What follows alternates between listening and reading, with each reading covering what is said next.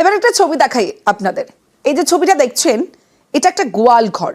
10 বছর ধরে এই পরিত্যক্ত গোয়াল ঘরেই চলছে অঙ্গনওয়াড়ি কেন্দ্র, কারণ অঙ্গনওয়াড়ি কেন্দ্রের ঘর নেই।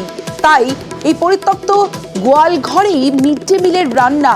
10 বছরেরও স্থায়ী ঘর না মেলার অভিযোগ। নামখানার অঙ্গনওয়াড়িতে চরম দুর্ভোগ।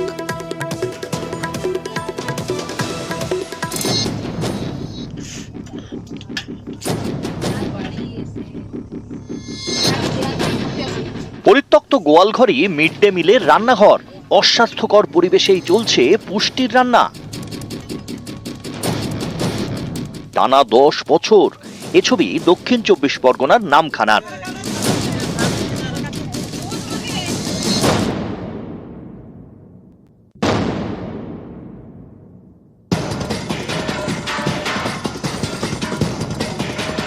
নামখানার শিবনগর আবাদ এলাকার অঙ্গনওয়াড়ি কেন্দ্র। 50 জন শিশু এবং মায়েদের মিড ডে মিল দেওয়া হয়, কিন্তু সেই অঙ্গনওয়াড়িতেই চরম দুর্ভোগ। এখানে পড়ানোর জায়গা আছে, কাদা হেঁটে আসতে হয়। এটা কি করে বাচ্চা কাচ্চা পাঠাবো? জায়গা বসার জায়গা চাই, এর যে দাঁড়ানোর জায়গা নেই। এখন কোথায় চলছে আইসিডি সেন্টারটা? ওই তো লোকে গোয়াল ঘরে চলছে, তো গোয়াল ঘর ভেঙে গেছে, জ্বালানি আছে সেখানে। স্থানীয়দের দাবি 10 বছর আগে অঙ্গনওয়াড়ি কেন্দ্রটি তৈরি হয়, কিন্তু কোনো স্থায়ী ঘর ছিল না। সেজন্য জায়গা দান করে স্থানীয় বাসিন্দা কল্যাণী তুঙ্গের পরিবার।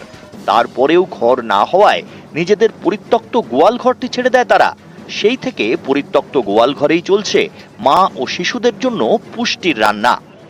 কোনো জায়গা নেই রান্নার, লোকের গোয়াল বাড়িতে ওনারা 2.5 শতক জায়গা দিয়েছে, কিন্তু আমাদের অফিস কোনো বাড়িটার কোনো ব্যবস্থা করছে না। ওদের এখানে সাপ, ব্যাঙ, টিকটিকি, জ্বালানি পত্র ভর্তি হয়ে আছে, নিজেরা দাঁড়াতে পারছি না, ঘর বাড়ি ভেঙে পড়ছে। কোনোভাবে করে দিয়ে দিই বাচ্চাদের হবে। আমাদের আইসিডিএস অফিসে জানিয়েছে, বলছে হবে হবে।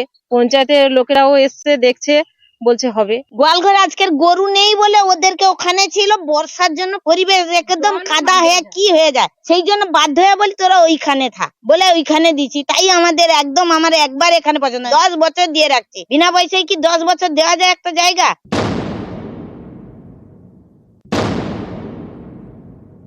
খবরটা আমাদের কাছে এসে আপনাদের মাধ্যমে আমরা অবশ্যই জিনিসটা খতিয়ে দেবো এবং সিডিপির সঙ্গে কথা বলবো। আমরা ওটাকে ভেরিফিকেশন করি, অতি দ্রুততার সঙ্গে যাতে পঠন পাঠন উপযোগী হয়ে ওঠে শিশুদের জন্য, সেটা আমরা ব্যবস্থা করবো অবশ্যই।